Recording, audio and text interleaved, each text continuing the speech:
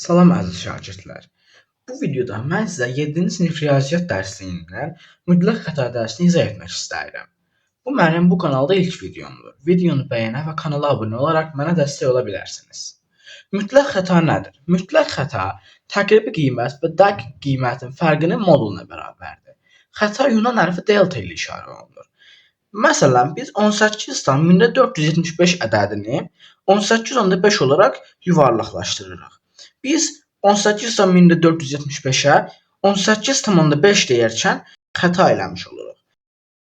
Bu xətanı biz mütləq qiymətdən təqribi qiyməti çıxıb bu fərqin modulunu taparaq tapırıq.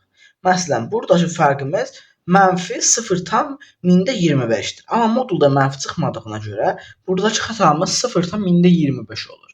Məsələn, kitabdan bir sual əldə edək. Məsələn, deyir ki, 0,1 metr dəqiqliklə ölçülmüş hasarın uzunluğu 12,5 metrdir. Bu belə olarsa, hasarın mütləq qiyməti hansı ədədlər arasındadır? Bu belə çıxır ki, hasarın dəqiq qiyməti 12,5 çıxaq 0,1 metrdən böyük və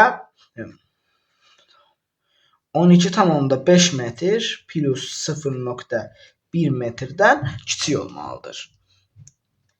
Yəni cavabımız burada 12,4-dən böyük və 12,6-dan kiçik çıxır. Cavabımız budur. Başa düşmədiyiniz hər hansı bir sual olarsa, şərhlərdə bunu yazmağı unutmayın.